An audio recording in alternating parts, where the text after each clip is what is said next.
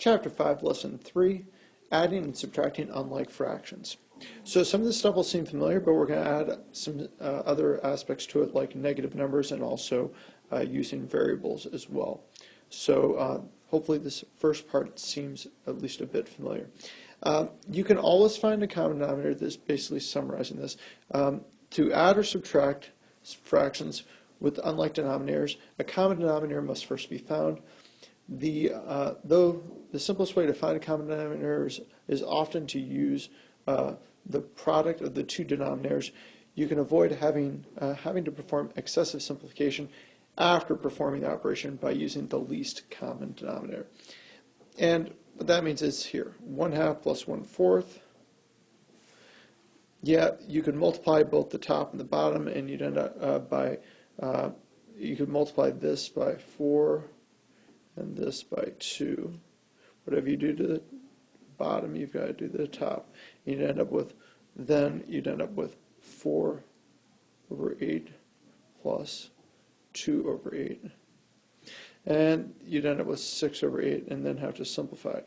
Or alternatively, you could use the common denominator, the lowest common denominator, which in this case is going to be fourths. So you're just changing one of them. So now you have, now you're going to end up having 2/4 plus 1/4.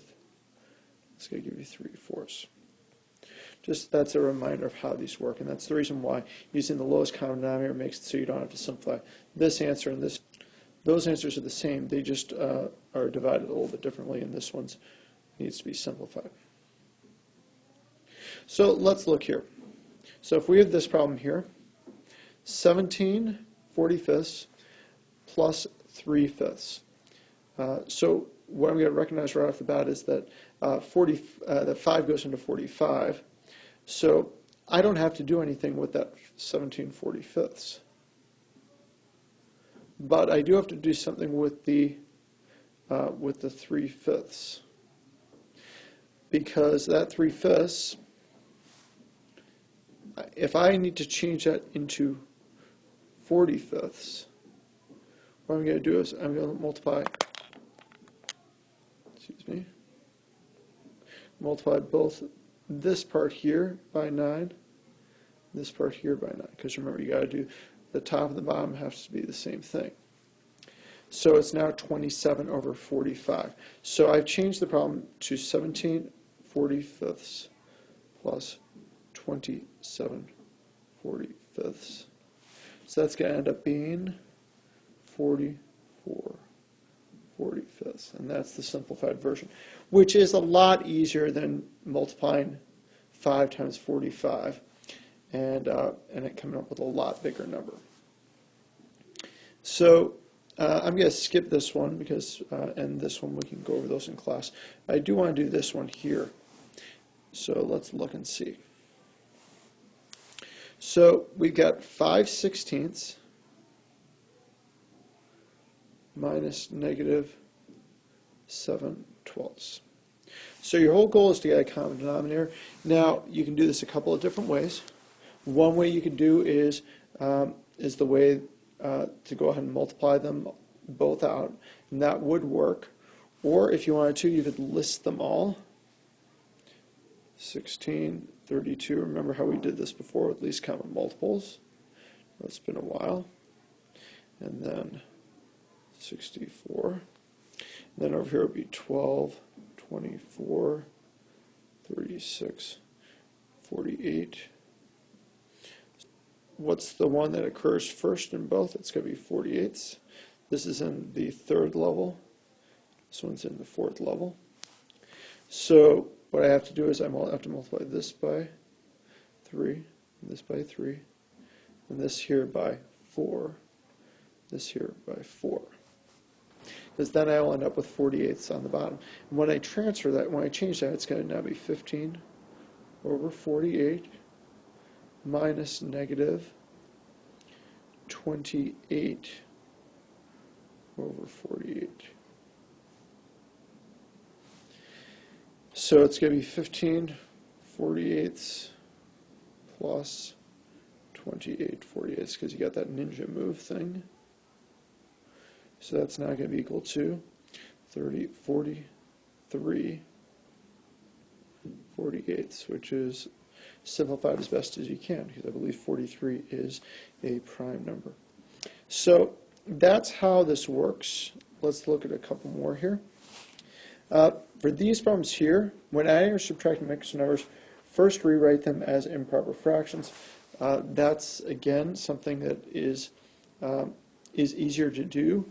For here, 5 1/4.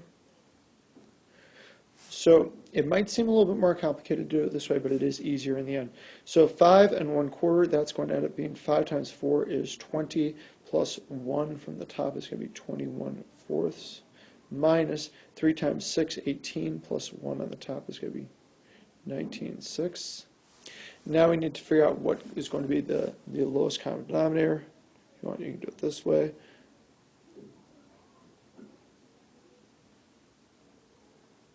So what we've got here, this is the one that matches up. So this is on the second level. This is on the third level. So in order to get to twelfths, we have to multiply this one here by 3. Same on the top. This one here times 2. And hopefully you guys can see that I get this stuff from this side here as to how much I multiply both by. So I'm trying to get to twelfths. So now I got twelfths on the bottom.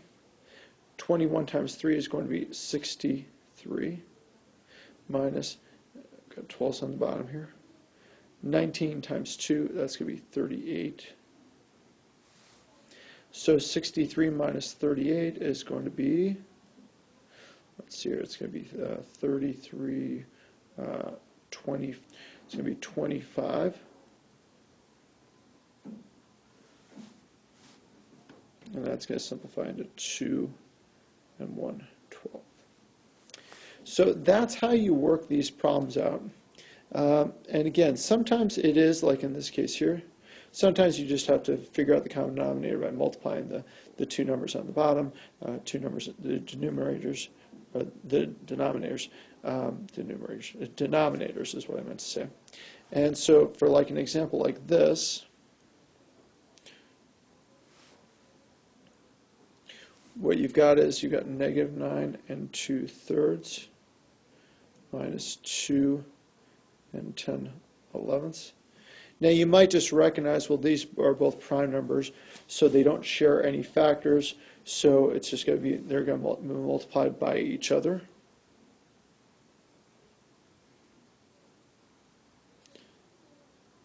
But before I do any of that, I have to change this into an improper fraction. So this is going to be 9 times 3 is 27, plus 2 more is going to be 29/3. Don't forget the negative. Minus 2 times 11, 22, plus 10 more, 32/11. So now I can multiply them out. So this is going to be times 11, this is going to be times 3, times 3. And yes, this seems a little bit laborious, but it is something where it will be easier in the end doing it this way. So 29 times 11 is 11, that's going to be 29, it's going to be 9, 319. Minus 32, again, we're going to have, this is going to be over 33, 33rds, and 3 times 32 is going to be 96. Remember, this is a subtraction problem. I can change it to an addition problem if I want.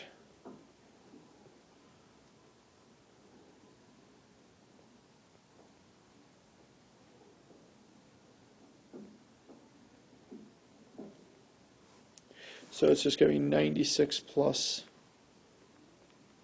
319.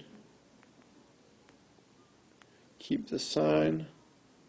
Keep the negative sign, so that's going to be 415, negative 415 over 33.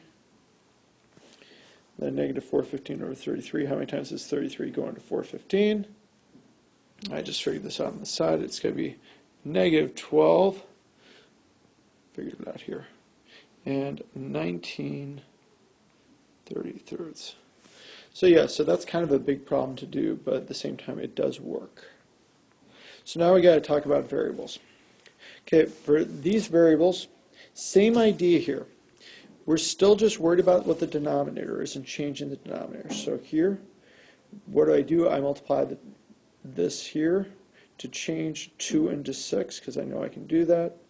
I've got to leave the 6 by itself. The 6 by itself. And I'm going to multiply the bottom here by 3. So now I have 3x over 6 minus x. So remember it's 3x.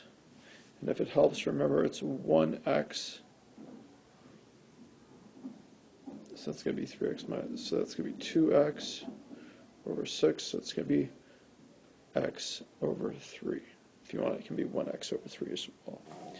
So that's how that works. Let's do one of the more complicated ones here. Again, 8 to 12, 8 to 12ths. Yeah, you could go ahead and multiply them together, or you could figure out that 24ths is going to be the common denominator. So if we do that, I'll rewrite this out, 3x over 8 plus 7x over 12ths.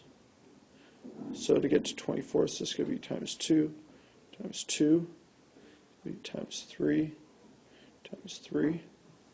Remember, you can just multiply the numbers part. So the 3 times the coefficient, which is then a coefficient of the x, so it's going to be 3 times 3, so it's going to be 9x over 24 plus 14x, because it's the 7 times the 2, 14x over 24. So now it's just going to be 9x plus 14x over 24s. It's going to be 23x over 24. So it's the rules are exactly the same. It just looks more complicated with the variables. We'll go over more of this in class.